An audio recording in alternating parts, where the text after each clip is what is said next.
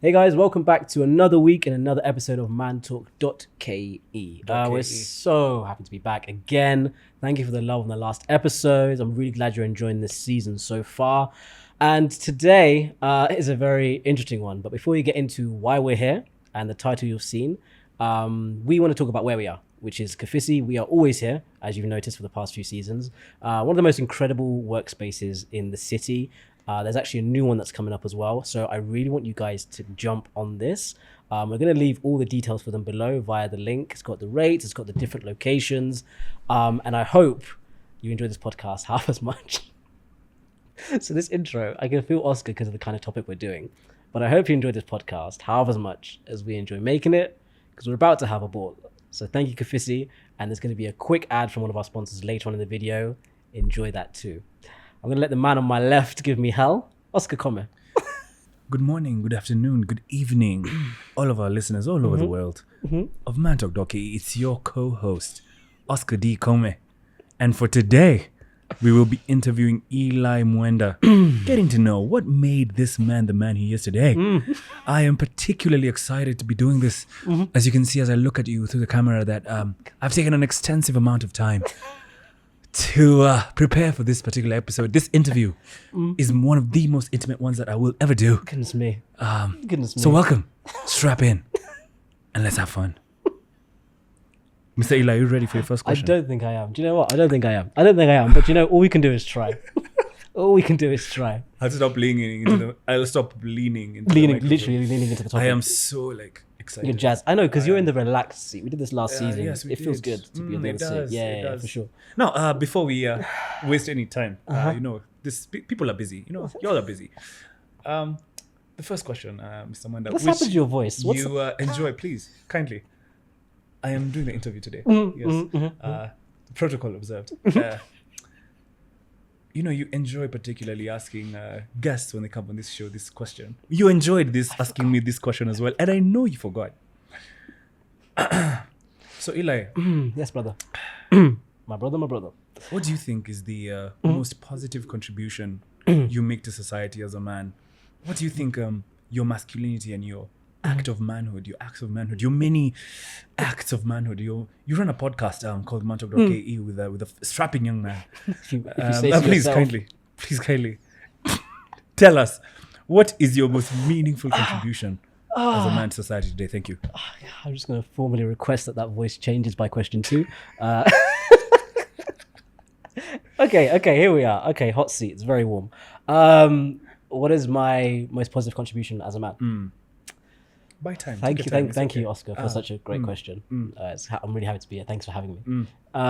I'd say my most positive thing that I contribute to society as a man is the example that I've followed from my father is one that I've embodied, and I hope through everything I do digitally and physically, I pass on to someone that's younger than me. Not only my son, but even just young guys that for some reason, I'm a 5-0, they look up to me, right? So I really, that's one thing I really enjoy in terms of being a man in society. I think everything that I do has been a very conscious decision to be a positive male, whether it's from the stuff I do online in terms of content, showing guys how to dress better, showing guys look after your body, showing guys look after your skin, be a sweet boy. That I think I get like quantifiable impact, like the messages and stuff. I see that's a very positive thing, so I'm happy with that. Then the podcast I do, very intentional, trying to help society in a light way, laugh and learn at the same time. That's very positive. Then the business, Instamarket, helping young people make more money with the product they have, using my skills in digital to create an event where they can make money. Very positive. And I think just me, even just as a individual, not to blow my own trumpet, I don't think I contribute.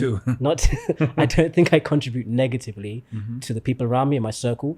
I think people that are around me generally elevate through our interactions and through our friendships. So, I think that's my positive contribution. There's like a trend on the internet where girls always say like the feminine urge too. Have you seen those things? Like the feminine urge too. And I feel like everything that I do that pertains to masculinity is like a positive urge. So it's a positive urge to be a caring man, a positive urge to be like a respectful man, you know. So those things I think I do in a positive way in terms of my masculinity and my definition of it. So yeah. Well answered, Mr. Eli. Oh, Fantastic. the voice we requested. This is incredible work, Mr. Eli. Do you do any public speaking? No. Do you have any gigs we can attend? I'll leave my rate card. Please do. We will attach the link for those interested. Per hour. Yeah. Please. Next question, The voice, Mr. Eli. brother. Please, let me do the interview. It's gonna be a long day. Let me do the interview. The next interview is, first of all, Eli, there's been a lot of discussions around your immaculate fashion sense. Oh, thank you, brother.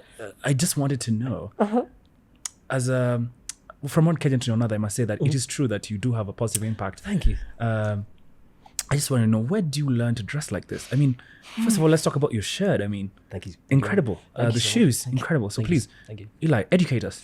I'm exhausted. How did I learn to dress? Okay. I think I've told this story before. Yeah. I think my sense of style started when I was literally a boy, like a young boy. My mother is a very fashionable young lady. Yes. Still young mother, still young. And from the day that, okay, this kind of pertains to the society I grew up in, right? So when we were young, I've said this on other episodes, we grew up in a very white area. Okay. Being the only black person, we were the standard that everyone looked to for blackness, a family in suburbia, right? So when it came to going to school, when it came to from nursery, my mum made sure that her kids were crisp clean, no dirt, like everything had to be on point because she was very conscious that we are the standard for everything. They might see stuff on the internet, stuff on, not much internet back then, AOL, but stuff like on TV showing black families in a certain way. And she was very conscious to make sure her black family is seen in a good way. And also just innate in her. She likes dressing well. So from that, I became so particular. There's one instance that we always laugh about in our family. I was going to school and you had the Velcro straps. I've told this story before. I would never step out the door if when you're a mum, you've got like a buggy, my sister's in the buggy, my brother's here, and she's trying to just do my shoes quickly, strap them on. I'd be like, I'm not going. She'd be like, why? I'd be like, because it's not perfectly, like the Velcro was like slightly off when it straps. So I was so particular from then. If there was ever dirt on my thing, I'd be like, oh, I need to change my shirt. Like it started there. And then as I sort of got older and I was like a young boy, in my clique, like back in Oxfordshire, I used to be the guy that every Saturday, let's save the money we've got. So we'd get like pocket money. I would save like a little bit of money. And then by the weekend, I've got like a tenner, like 15 quid. And then I can go and buy like a new shirt. So my wardrobe started being built from just small bits of money. I never like a big thing. I'd pick a shirt, pick this. And then gradually I started to realize that when I wear something, my friends want to wear something. I remember back in the day, I actually started a style in my area where we wore like, just like a plain black cardigan and white t-shirt. Yeah. Like I started that trend and everyone started wearing it. Then when I left Oxfordshire to now Kent, I joined a new school at like 16, right? So there's a lot of social climbing that has to be done. And I dressed very different to like everyone that arrived there. And I found that within like 4 months, people were buying the same shoes that I was buying. People were, So I've always had a weird eye when it comes to clothes, and people in my circle and people just around me tend to gravitate towards that and emulate that. And so now I draw inspiration from other guys that do it better than me.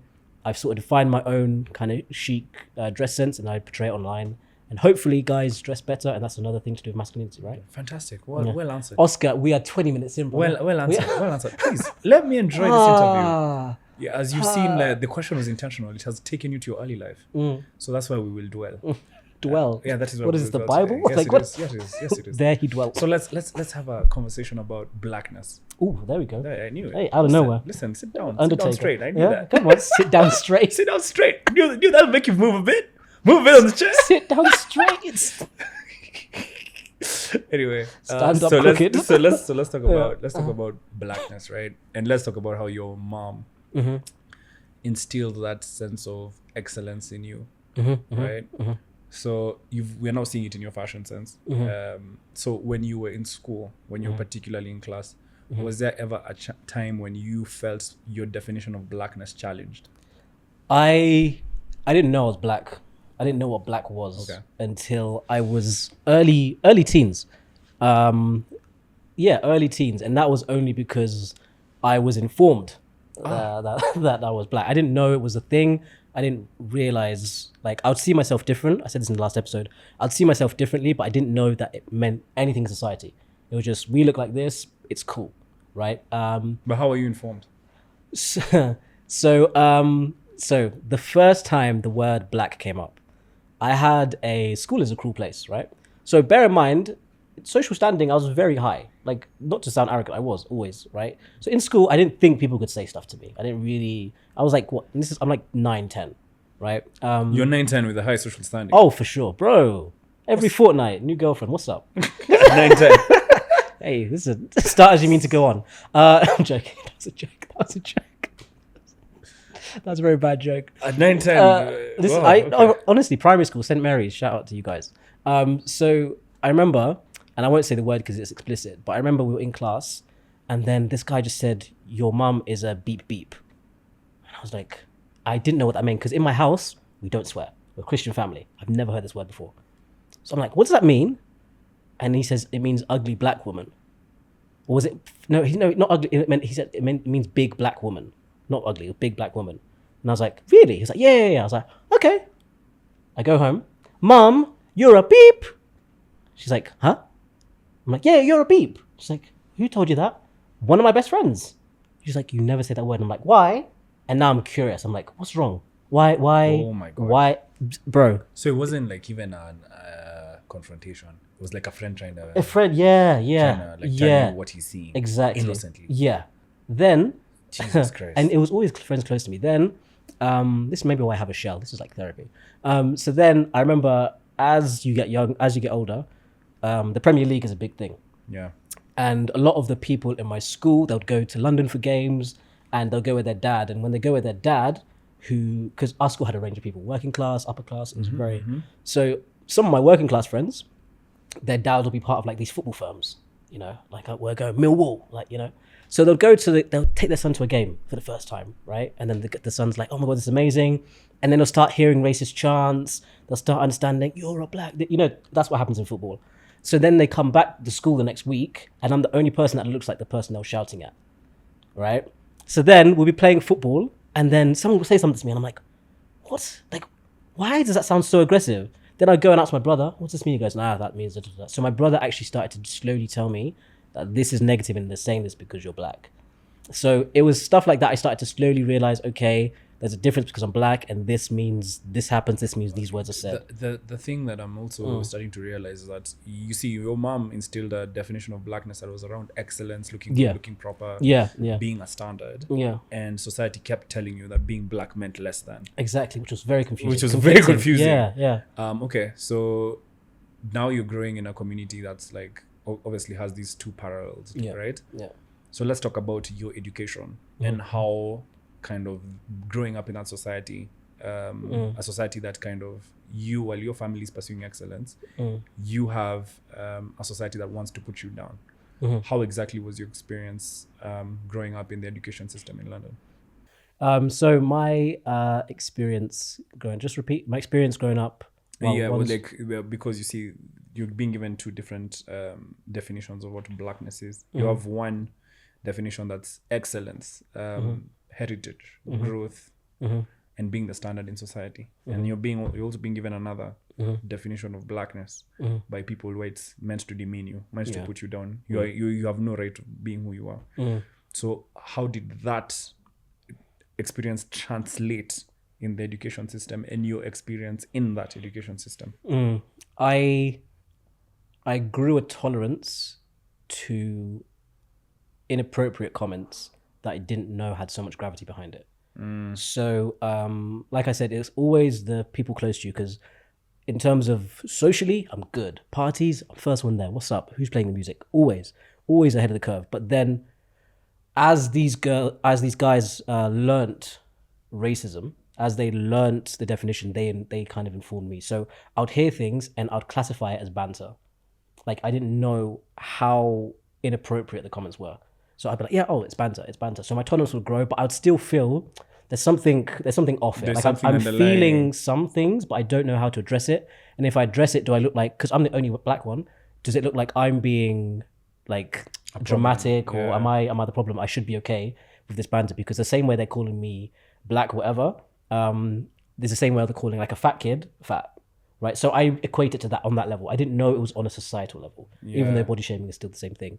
But I will say I was quite lucky. The noise was not that loud. I was fine until I think the most transformative thing when I really started to find like resentment towards being in education with white people. Still love white people, by the way. Let's just say that.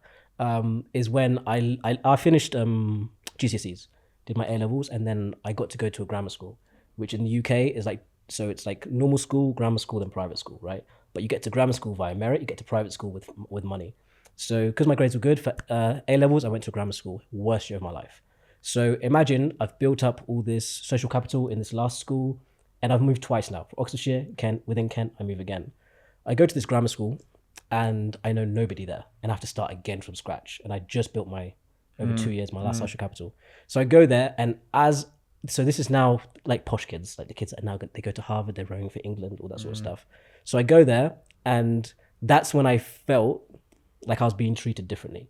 There was one instance where we were in science class, and this teacher kept, because I'd come from a different, I was doing different modules in my last class. So some of the modules they'd done, I hadn't done. So I had to go and do catch up, like double the work so that I understand their module because the testing is different.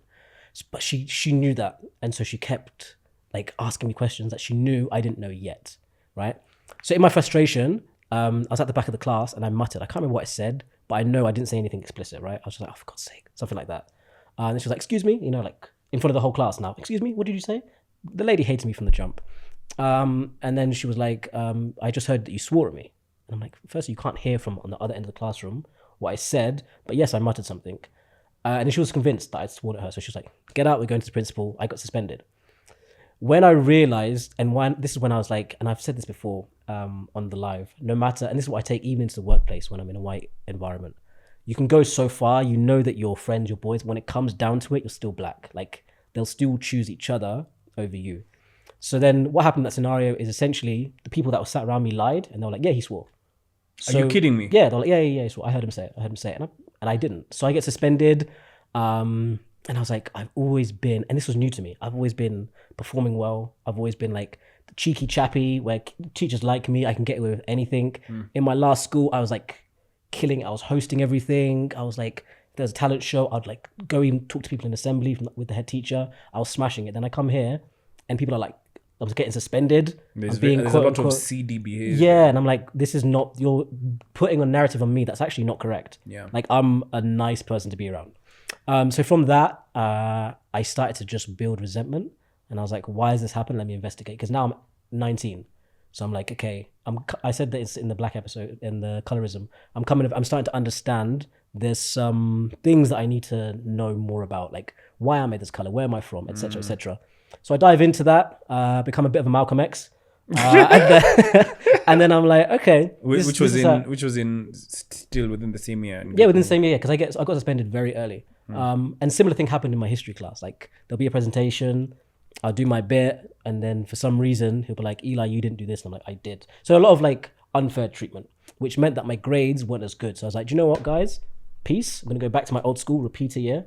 I'd rather do that than stay in this environment. So I got like my A level, but not my A2. Yeah. Go back, and just because that happened, smashed it even more at my old school. Went back to my old school, killed it, like straight marks, went to uni, etc. But that's only because I had that Malcolm X moment where I went and I was like, who am I? What because you realized, because you know what I'm starting to realize, that subconsciously on some level, you always knew you were different. I did, yeah. But I didn't know what that meant on the larger scale. Exactly. So what you always did, you protected yourself by creating a strong social environment. Always. And then sticking to your definition of blackness, which meant you're setting the standard. Exactly. So while other people are not feeling the pressure to perform, you were feeling particularly the pressure to perform. Not even academically, socially. Like sport had to always, yeah. And then you went to grammar school. Yeah. And then in grammar school, that pressure to perform came back, but now it was validated. Like your theory was right. Yeah, for sure. Jesus. I remember when I went there,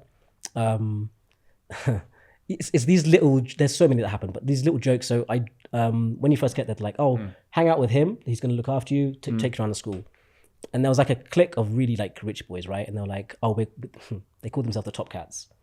yeah, I know. We're the top cats. So Eli, so this is what we're gonna do. I'm gonna show you around. And I'm like, okay, cool. Say less. We're the top cats. We're the top cats. Yeah, top cats. And then if they see this, they'll laugh. I wonder what they're doing now. Tell those top cats they are rooming with an African leopard. They are rooming with a leopard. Big 5, baby.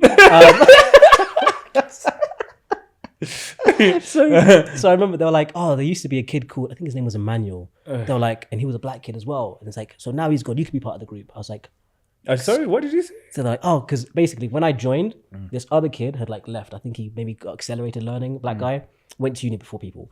Then now I've joined their group as the top cats. There's like 10 of them. And they're like, oh, Emmanuel's gone. He was the other black guy. So now, Oh my God. hey, buddy, he's the other black guy. He's we need a token black guy for the top cats. Replace him. Really? Yeah. So yeah, Slap it you was. in your I swear. Slap So you in your chin. that's when I started to be like, okay, yeah, Yeah. society's a bit mad. Turn on the freestyle.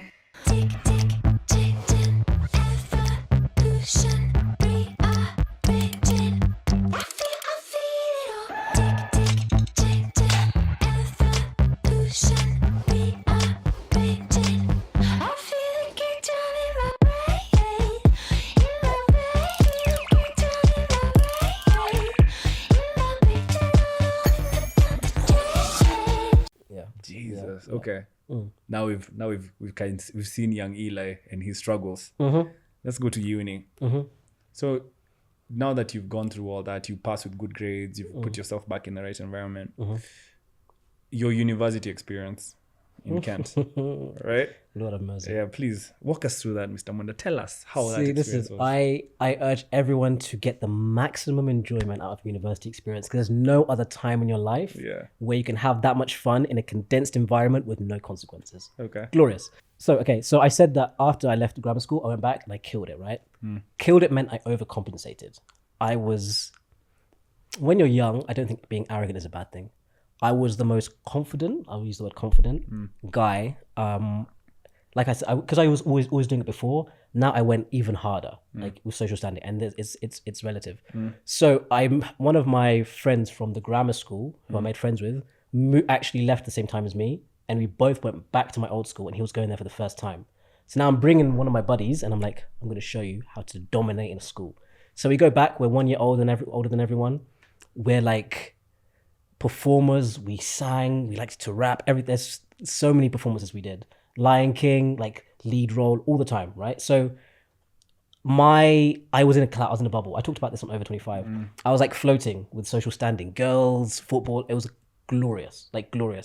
So that's A level just before uni. So we finish, and the good thing as well when we came back is as much as we were kind of like arrogant, we were 1 year older, so we were looked at as leaders, even by the teachers. So they were like, "There's this project, I need you to go and help these guys." So we had like teacher power, but then we were also students, so we can get away with anything, right? We could wear what we wanted. So that level of confidence was kind of toxic, because then we were like, we have to go to the same uni and do the same thing in university. And we're like, cool, say less. We apply to the same places, we both get in. I get in Canterbury, there's 2 universities. I get into Christchurch, he gets into University of Kent. And we're like, okay, say less. You're 10 minutes away from my dorm, 10 minutes away from your dorm. So I'll go to your parties, you'll come to my parties. And we'll dominate twice the parties. And we'll dominate this whole town. Good plan. Sounds Good like plan. sounds very familiar Yeah, plan. it sounds, yeah. This is history repeats itself. You know what I mean? So I was like, let's go. Yeah. So we go, Freshers Week. Everyone loves us because we come and no one knows each other at uni. So we go there, it's Freshers Week, and we know each other. So we're like, it's okay, come to our place. We're hosting a party. So people all come to our place. When we go to other people's parties, we'll be like the loudest people. Everyone loved us for 2 weeks.